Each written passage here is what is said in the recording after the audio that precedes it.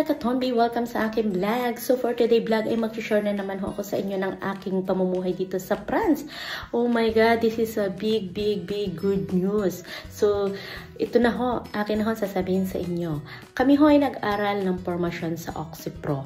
So bali nga ho ay dumating na ang aming allowance. Ito na ho ang aking natanggap na sahod. Diyos ko, umali ko lang nasa 30k plus so yan sa peso. So bali kami ay nag-aral sa Oxipro ng 56 hours. Nag-start kami ay December, natapos kami ay February 23. So every Sunday po kami nag-aaral. So ito ho ay maganda sa amin dahil kami ay binibigyan ng allowance dito at ito yung benepisyong natatanggap dito sa bansang France.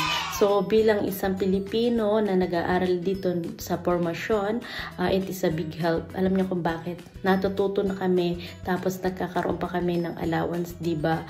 So hindi naman ako nag-aaral dahil ho sa pera talaga eh. Nag-aaral ho ako dahil gusto ko talaga hong matuto ng French kasi alam niyo yun, sobrang hirap ho ditong manirahan dahil ikaw lahat ang kikilos.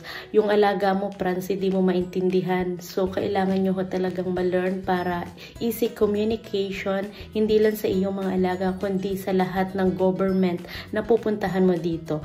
So, very important po yun dito sa France. And thank you so much, Iperia, Oxipro Formation.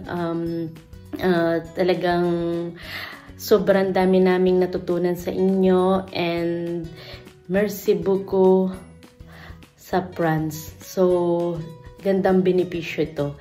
Magandang benefits dito sa bansang France. Yung nag-aaral ka na and then may allowance ka pa.